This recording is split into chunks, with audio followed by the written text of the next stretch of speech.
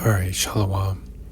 I want to start off by giving praise, honor, and glory to Yahweh, Ba'ashem Yahushai, Ba'ashem Rakakwadash. I'd like to give double honors unto the apostles and the elders of Great Millstone, who I learned this truth from, and I'd like to say peace and salutations to the hopefully elect. And today is February 19th, 2024, Missile Monday. And they have this article from Daily Mail, and it says, Frozen in Time, muted wristwatch that stopped when U.S. dropped nuclear bomb on Hiroshima in August 1945 is set to sell for up to $20,000 as Oppenheimer cleans up at BAFTAs. So I'm just going to go into this article, bring out a few scriptures. Lord willing, this lesson is edifying and straight to the point. And as you can see, this particular watch, was recovered from, Japan during that particular day, and is stuck at a particular time. So I'm going to read it. And it says, a wristwatch which stopped when the United States dropped the world's first atomic bomb on Hiroshima in 1945 is set to sell.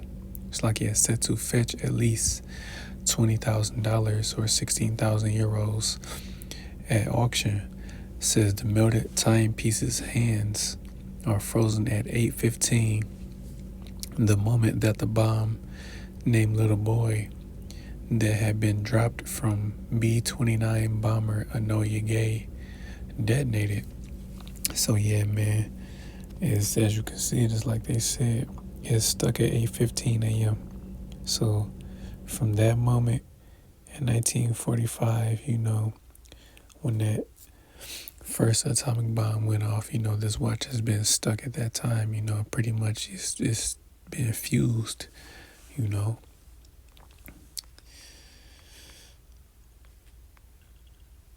Says the devastating attack on the city in the southwest of Japan in August 1945 caused the deaths of up to 130,000 Japanese men, women, and children. Says according to the seller, who wishes to remain anonymous, the watch was recovered by a British soldier who had been sent to Hiroshima to help provide emergency supplies and oversee reconstruction efforts. The watch is being sold following the publicity generated by Christopher Nolan's film Oppenheimer, which won 7 BAFTAs, including Best Film and Best Director last night. Says it tells the life story of troubled scientist Robert J. Oppenheimer, who led the development of the atom bomb at Los Alamos in New Mexico.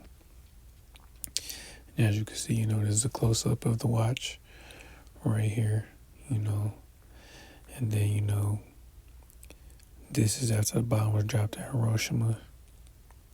One of the pictures.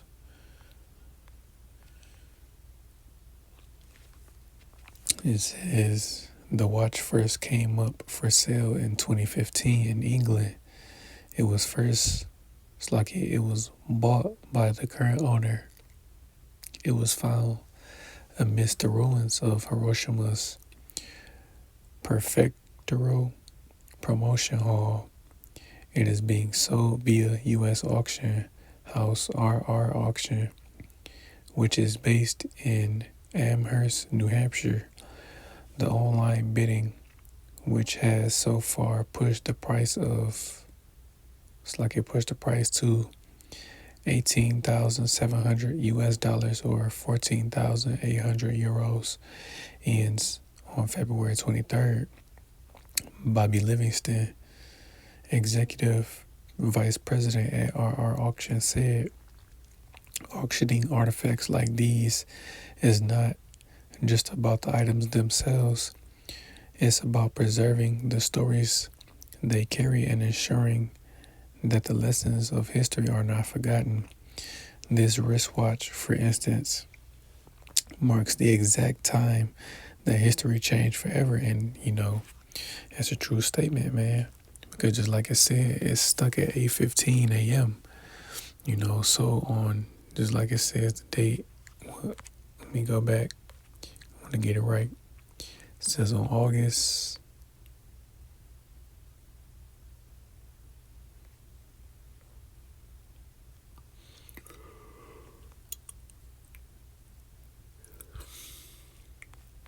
It's lucky.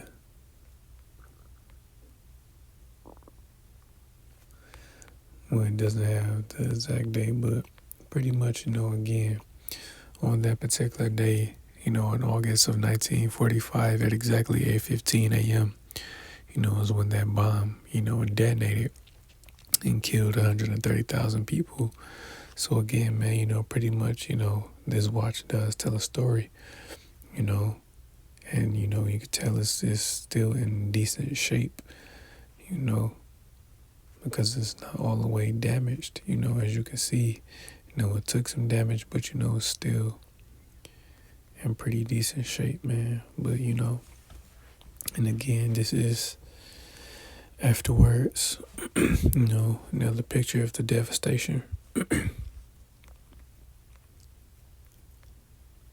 And these are the guys right here. The Enola Gay. These are the guys that bombed Japan right here.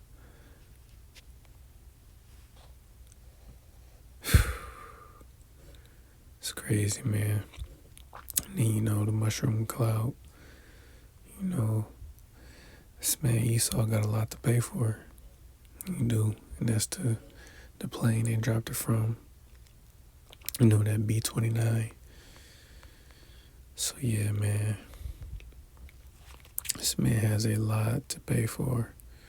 Needs more pictures. I'm not gonna read the whole article, man. I ain't want to make this one too long, but pretty much I'm just gonna hit a couple points and that'll be it, man. So I'm gonna start in the book of Isaiah, chapter 54 and verse 16, and it says, "Behold, I have created the smith that bloweth the coals in the fire, and that bringeth forth an instrument for his work. And I have created the waster to destroy." And yeah, man, the smith, as we know, is someone that deals, in creating weapons, like a blacksmith, someone, that will pretty much make, like swords, for instance, but pretty much, the modern day smiths are these scientists, in particular, one example would be, Robert J. Oppenheimer, or J. Robert Oppenheimer, however you say it, it really don't matter, because he's an Edomite, but, he's an example of being a smith, because again, he developed the world's first atomic bomb, which, eventually upgraded to what we have today, ICBM missiles, intercontinental ballistic missiles, which can be shot, from one end of the earth to the other, because again, when they develop, the atom bombs, you have to fly over your specific target and drop it. It's like, and the technology they have now, they don't have to do that. They just have to push a button and pretty much, it'll take care of itself.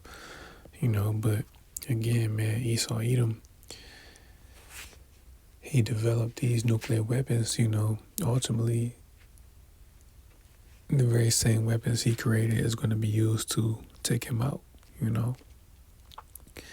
So I'm going to get the book of Revelation, chapter 13 and verse 13, and it says, "And he doeth great wonders, so that he maketh fire come down from heaven on the earth in the sight of men." And yeah, man, and Hiroshima and Nagasaki is a prime example of him making fire come down from heaven, because again, he dropped those bombs, Fat Man, a little boy, which pretty much decimated Japan. And even they even had, other, incidences where, they've bombed Japan multiple times. Those weren't, just the only two incidences, they had others, but those were the two most notable ones.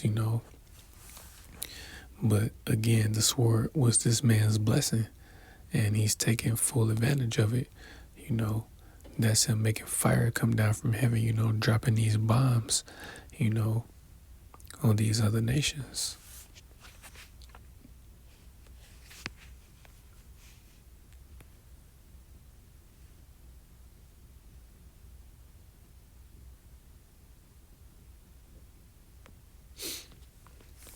And this is the book of Isaiah, chapter 34, and verse 4. And it says, "And all the host of heaven shall be dissolved, and the heavens shall be rolled together as a scroll, and all their hosts shall fall down as the leaf falleth off from the vine, and as a falling fig from the fig tree." And yeah, man, this is the heavens departing as a scroll, man. That mushroom cloud.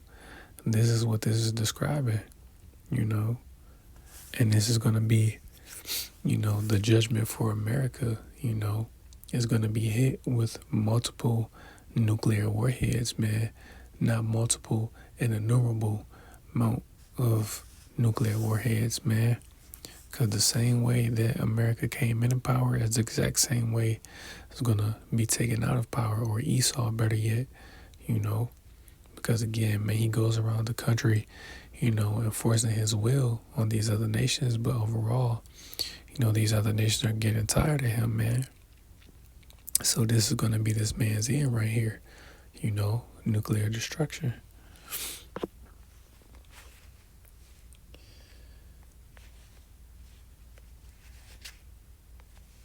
So I'm going to end it on this. Again, I ain't want to make this one long.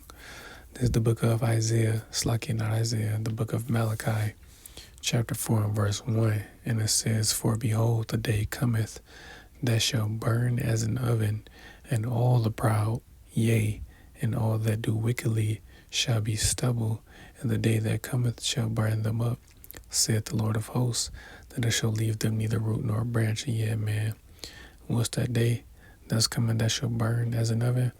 World War III, because again, America is that virgin daughter of Babylon, because America has not seen war. You do have, the Civil War that took place between, the North and the South, but, that was America pretty much warring with itself. But this country has not seen war with any other nation, and that's pretty much what's coming to pass. The Lord is putting that old USSR spirit back on Russia, because again, Russia is going to be that driving force that is going to take down America. Ultimately, we know it's going to be our Lord Yahweh Shai along with the angels, but on a smaller scale, it's going to be Russia, that's going to take America down. So, Lord willing, this lesson was edifying. I want to give all praise, honor, and glory due to Yahweh, Ba'ashem Yahweh Shai, Ba'ashem Rakakwadash. I like to give double honors unto the apostles and the elders of Great Millstone, who I learned this truth from, and I like to say peace and salutations unto the hopefully elect. Till the next time I say Shalom.